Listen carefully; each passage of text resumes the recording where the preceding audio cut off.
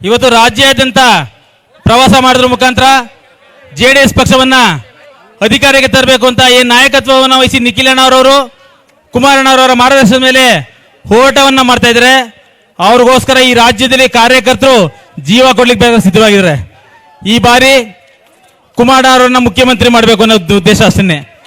ಈ ರಾಜ್ಯದಲ್ಲಿ ಯಾರು ರೈತರ ಪರವಾಗಿ, ಬಡವರ ಪರವಾಗಿ, ದಲಿತರ ಪರವಾಗಿ ಇರೋಂಥ ಮುಖ್ಯಮಂತ್ರಿ ಅಂದ್ರೆ ಟಾರ್ಚ್ ಹಾಕೊಂಡು ಹುಡುಕಿದ್ರು ಸಿಕ್ಕದ ಒಬ್ಬರೇ ಒಬ್ರು ಒಂದೇ ಒಂದು ಜೀವ, ಅದು ಕುಮಾರಣ್ಣವ್ರು ಮಾತ್ರ ಅಂತ ಹೇಳಕ್ಕೆ ಬಯಸ್ತೇನೆ.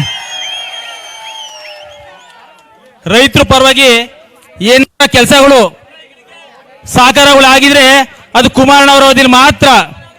ಈ ರಾಜ್ಯದಲ್ಲಿ ಮಾತ್ರವಲ್ಲ, ಈ ದೇಶದಲ್ಲೇ ರೈತರ ಸಾಲ ಮನ್ನಾ ಮಾಡಿದಂತ ಏಕೈಕ ವ್ಯಕ್ತಿ ಕುಮಾರಣ್ಣವರು. 2006ರಲ್ಲಿ ಮೊದಲನೇ ಬಾರಿ ಮುಖ್ಯಮಂತ್ರಿ ಆಗಿದ್ದಾಗ ತಲಾ 25,000 ಮನ್ನಾ ಮಾಡೋದ್ರ ಮುಖಾಂತರ ರೈತರಿಗೆ ಸಹಕಾರವನ್ನು ಕೊಟ್ಟರು.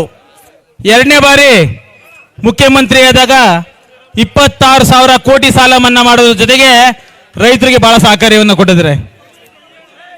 ಇವತ್ತು ಈ ತಾಲೂಕಿನಲ್ಲಿ ನಾವೆಲ್ಲ ಕಾರ್ಯಕರ್ತರು ಒಗ್ಗೂಟಿನಿಂದ ಸಹಕಾರವನ್ನು ಕೊಡೋದ್ರ ಮುಖಾಂತರ ಕುಮಾರಣ್ಣವ್ರನ್ನ ಮುಖ್ಯಮಂತ್ರಿ ಮಾಡಲಿಕ್ಕೆ ಜೆಡಿಎಸ್ ಬೋಟವನ್ನು ಖಂಡಿತ ಕಳಿಸ್ತೀವಿ ಅನ್ನೋದಕ್ಕೆ ನಿಖಿಲಣ್ಣವ್ರಿಗೆ ಮಾತು ಕೊಡ್ತಾ ಇದ್ದೀವಿ ನಾವು ಖಂಡಿತವಾಗಿ. ಈ ತಾಲೂಕಿನಲ್ಲಿ ಜೆಡಿಎಸ್ ಕಾರ್ಯಕರ್ತರು ಎಷ್ಟು ಗಟ್ಟಿ ಅಂತ ಹೇಳಿದ್ರೆ 15-20 ವರ್ಷದಿಂದ ಒಂದೇ ಒಂದು ಬಾರಿ ಜೆಡಿಎಸ್ಗೆ ಅಧಿಕಾರ ಅವಕಾಶ ಸಿಕ್ಕಿರೋದು.